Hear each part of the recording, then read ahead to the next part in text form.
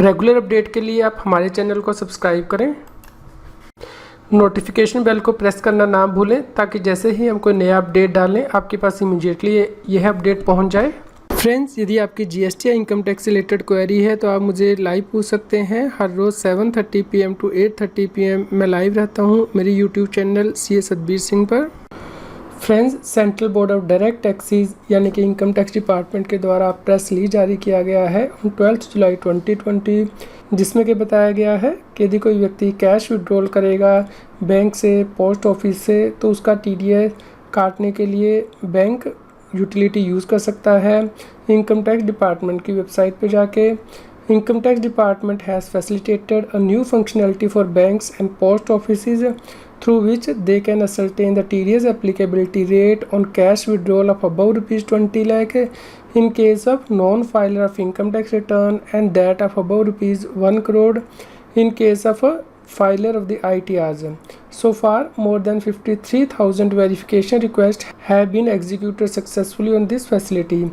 यानी कि जिन व्यक्तियों ने पिछले 3 सालों में इनकम टैक्स की रिटर्न फाइल नहीं की है, वो यदि बैंक से 20 लाख रुपए से ज़्यादा का कैश निकालेंगे तो उनका TDS काटा जाएगा। इसके लिए किस रेट से TDS कटेगा, इसके लिए बैंक और पोस्ट ऑफिस को यूटिलिटी प्रोवाइड कर दी गई है। This functionality has been available as verification of applicability under section 194N on income tax India e-filing.gov.in website since 1st July 2020 and has also been made available to the banks through web services so that the entire process can be automated and be linked to the bank's internal core banking solution.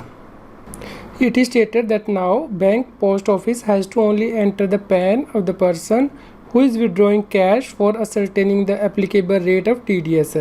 यानी कि bank को सिर्फ व्यक्ति का pan number ही enter करना है यहाँ जाके, जिससे कि उसे पता लग जाएगा कि कितना TDS का रेट अप्लाई होगा कैश विड्रॉल पर। On entering pan a message will be instantly displayed on the departmental utility TDS is deductible at the rate of 2% if cash withdrawal exceeds ₹1 crore. If the person withdrawing cash is a filer of ITR and TDS is deductible at the rate of 2% if the cash withdrawal exceeds ₹20 lakh and at the rate of 5% if it exceeds ₹1 crore. If the person withdrawing the cash is a non-filer of ITR. यानी कि यदि व्यक्ति income tax की return file कर रहा है तो उस केस में तो उसका TDS तभी कटेगा जब वो बैंक से 1 करोड़ रुपये से ज़्यादा का कैश निकाल लेगा 2% से। लेकिन यदि व्यक्ति ने पिछले 3 सालों में इनकम टैक्स की रिटर्न फाइल नहीं की है तो उस केस में यदि वो 20 लाख से ज़्यादा का बैंक से कैश निकालेगा तो 2% TDS कटेगा 1 करोड़ रुपये तक, और यदि 1 करोड़ रुपये से ज़्यादा के कैश निकालेगा तो 5% TDS कटेगा। It is further stated that the data on cash withdrawal indicated that huge amount of cash is being withdrawn by the persons who have never filed income tax returns. To ensure filing of return by these persons and to keep track on cash withdrawals by the non-filers and to curb black money, the Finance Act 2020 with effect from 1st July 2020 further amended Income Tax Act 1961 to lower the threshold of cash withdrawal to ₹20 lakh for the applicability of this TDS for non-filer and also mandated TDS at a higher rate of 5% on cash withdrawal exceeding ₹1 crore by the non-filers. यानी कि cash withdrawal का जब income tax department ने data check किया तो उसमें पता लगा कि जो व्यक्ति इनकम टैक्स की रिटर्न फाइल नहीं करते हैं वो बहुत बड़ी मात्रा में बैंक से कैश निकालते हैं। इसलिए फाइनेंस एक्ट के द्वारा इनकम टैक्स में अमेंडमेंट की गई और ये प्रोविज़न डाली गई कि यदि कोई व्यक्ति जो पिछले 3 सालों में इनकम टैक्स की रिटर्न फाइल नहीं करता है वो 20 लाख रुपये से ज़्यादा का बैंक से कैश निकालेगा तो उस केस में उसे TDS काटा जाएगा 2% के हिसाब से, और यदि वो 1 करोड़ रुपये से ज़्यादा का कैश निकालेगा तो 5% के हिसाब से TDS काटा जाएगा। It may be noted that in order to discourage cash transaction and move towards less cash economy, Finance No. 2 Act 2019 had inserted Section 194N in the Income Tax Act 1961 with effect from 1st September 2019 to provide for levy of TDS at the rate of 2% on cash withdrawal exceeding ₹1 crore from a bank, post office account subject to certain exceptions. यानी कि 1 सितंबर 2019 से ही income tax department में नया section insert कर दिया गया था, section 194N, जो कि यह कहता था कि यदि कोई व्यक्ति 1 करोड़ से ज़्यादा का बैंक, पोस्ट ऑफिस से कैश निकालेगा तो उसका 2% TDS काटा जाएगा। अब फाइनेंस एक्ट 2020 के द्वारा 1 जुलाई 2020 से ये प्रोविज़न भी डाल दी गई है कि यदि कोई व्यक्ति इनकम टैक्स की रिटर्न फाइल नहीं करता है पिछले 3 सालों की, तो उस केस में वो 20 लाख से ज़्यादा का कैश निकालेगा तो 2% TDS कटेगा, और 1 करोड़ से ज़्यादा का कैश निकालेगा तो 5% TDS कटेगा। फ्रेंड, जब आप income tax India e-filing.gov.in website पे जाएंगे, वहाँ पे लेफ्ट हैंड साइड में नीचे लिंक दिया गया है verification of applicability under section 194N, जिसमें जाके के बैंक और पोस्ट ऑफिस चेक कर सकते हैं कि किस व्यक्ति ने रिटर्नें भरी हैं और किसने नहीं भरी हैं, और ये वेरीफाई कर सकते हैं कि यदि व्यक्ति कैश निकालेगा तो उसका कितने % TDS कटेगा। यहाँ पे व्यक्ति को पैन नंबर डालना है और मोबाइल नंबर डालना है, और यहाँ पे ये अंडरटेकिंग भी देनी है कि ये इन्फॉर्मेशन वह बैंकिंग कंपनी, कोऑपरेटिव सोसाइटी और पोस्ट ऑफिस के बिहाफ पे यूज़ कर रहा है ताकि सेक्शन 194N के अंतर्गत TDS काटा जा सके। यदि वो इस इन्फॉर्मेशन को मिसयूज़ करेगा तो उसके अगेंस्ट एक्शन लिया जा सकता है। फ्रेंड्स, जैसे ही आप यहाँ पे OTP एंटर करेंगे जो कि आपके मोबाइल पे आया है, तो उसके बाद सबमिट करना है। आपको आउटपुट मैसेज दिखाई देगा, यानी कि यदि व्यक्ति ने पिछले 3 सालों में रिटर्नें भरी हैं तो उस केस में यदि वो 1 करोड़ से ज़्यादा का कैश विड्रॉ करेगा तो ही 2% TDS काटना है। लेकिन यदि व्यक्ति ने पिछले 3 सालों में रिटर्नें नहीं भरी हैं तो उस केस में ये मैसेज दिखाई देगा कि व्यक्ति यदि 20 लाख से ज़्यादा का कैश विड्रॉ करेगा तो 2% TDS काटना है, और यदि 1 करोड़ से ज़्यादा का कैश विड्रॉ करेगा तो 5% TDS काटना है। फ्रेंड्स, इसे हम एक एग्जांपल के द्वारा समझ लेते हैं। मान लीजिए कोई व्यक्ति कैश विड्रॉ करता है 80 लाख रुपीज़ बैंक या पोस्ट ऑफिस से, और उसने पिछले 3 साल के इनकम टैक्स की रिटर्न फाइल नहीं की है, तो उस केस में 20 लाख रुपीज़ से जितना भी अमाउंट ज़्यादा होगा उसके ऊपर 2% TDS कटेगा, यानी कि जो 60 लाख रुपीज़ है उसके ऊपर 2% TDS 1.20 लाख होगा। केस 2 डिस्कस करते हैं, जहाँ पे कि व्यक्ति 80 लाख निकालता है, लेकिन यहाँ पे क्योंकि उसने पिछले 3 सालों की इनकम टैक्स की रिटर्न भरी है इसलिए TDS नहीं काटा जाएगा। केस नंबर 3 डिस्कस करते हैं, जहाँ पे कि व्यक्ति 4 करोड़ रुपया कैश का निकालता है। इस केस में व्यक्ति ने पिछले 3 सालों की इनकम टैक्स की रिटर्न भरी है, इसलिए 1 करोड़ से ऊपर जितना भी अमाउंट निकाला जाएगा उसके ऊपर 2% TDS कटेगा, यानी कि 6 लाख रुपया। केस नंबर 4 डिस्कस करते हैं, जहाँ पे व्यक्ति 4 करोड़ रुपया निकाल रहा है लेकिन इनकम टैक्स की रिटर्न ने पिछले सभी 3 सालों की फाइल नहीं की है, तो 20 लाख से लेकर 1 करोड़ रुपए तक तो 2% TDS कटेगा, और उसके ऊपर का जितना अमाउंट है उसके ऊपर 5% TDS कटेगा, यानी कि 80 लाख रुपए के ऊपर तो 2% TDS, और उसके ऊपर का जो अमाउंट है 3 करोड़ रुपया उसके ऊपर 5% TDS है। इस प्रकार फ्रेंड्स, आप देख सकते हैं कि यदि आप इनकम टैक्स की रिटर्न फाइल नहीं करते हैं पिछले 3 सालों की तो आपका TDS ज़्यादा काटा जाता है।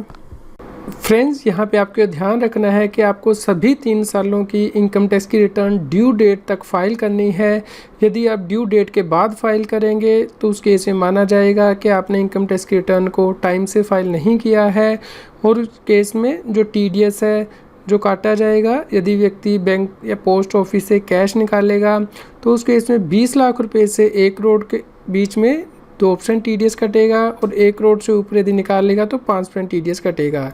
इस प्रकार जो बिलेटर रिटर्न फाइल की जाएगी ड्यू डेट के बाद उसे कंसिडर नहीं किया जाएगा।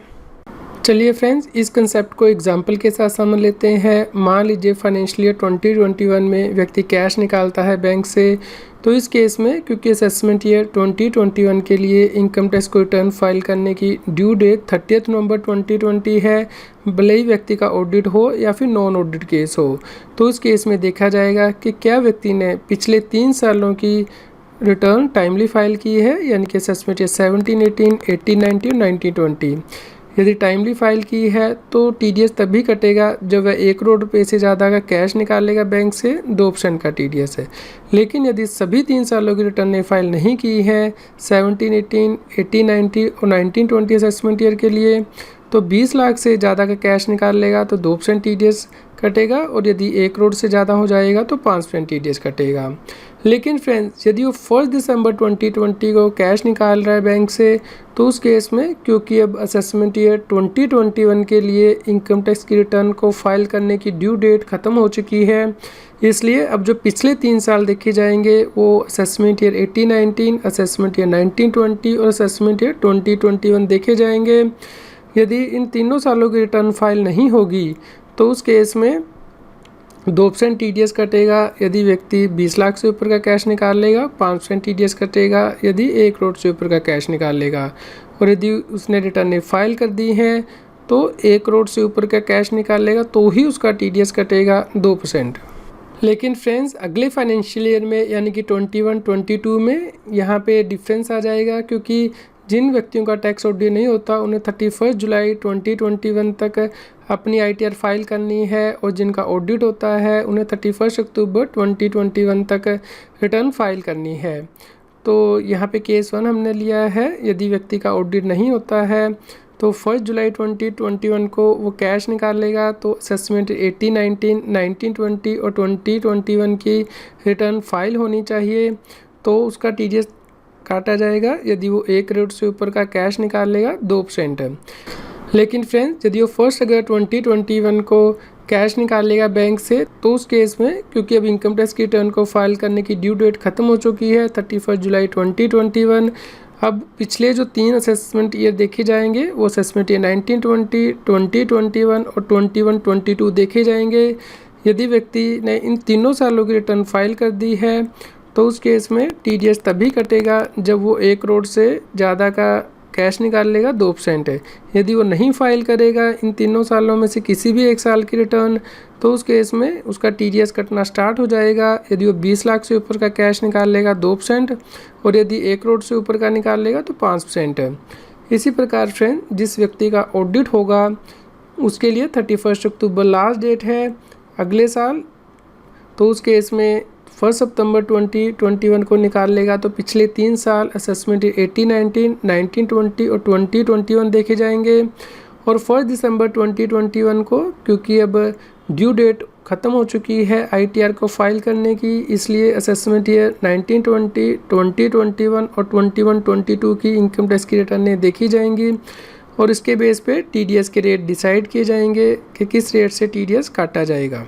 यदि आप टैक्स के बारे में और अधिक जानकारी चाहते हैं तो हमारे YouTube चैनल की प्लेलिस्ट को रेफर कर सकते हैं। यहाँ पे टॉपिक वाइज वीडियो दिए गए हैं जिन्हें कि आप रेफर कर सकते हैं। फ्रेंड्स आपके यदि कोई क्वेरी है तो आप हम ईमेल कर सकते हैं taxil@gmail.com पर। आपके न्यूज़ कैसी लगी कृपया लाइक कीजिए और कमेंट करके हमें बताइए। अधिक से अधिक लोगों तक शेयर कीजिए ताकि सभी लोगों तक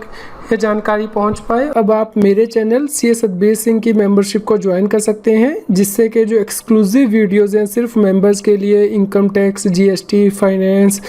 इट एक्स्ट्रा पर, उन्हें रेफ़र कर सकते हैं। फ्रेंड जिन लोगों ने CS सतबीर सिंह चैनल की मेंबरशिप ली है उनके लिए मेंबर्स ओनली वीडियो का लिंक इस न्यूज़ की वीडियो डिस्क्रिप्शन में भी दिया गया है, और सेपरेट से प्लेलिस्ट भी दी गई है, आप वहां जाके ये वीडियो देख सकते हैं।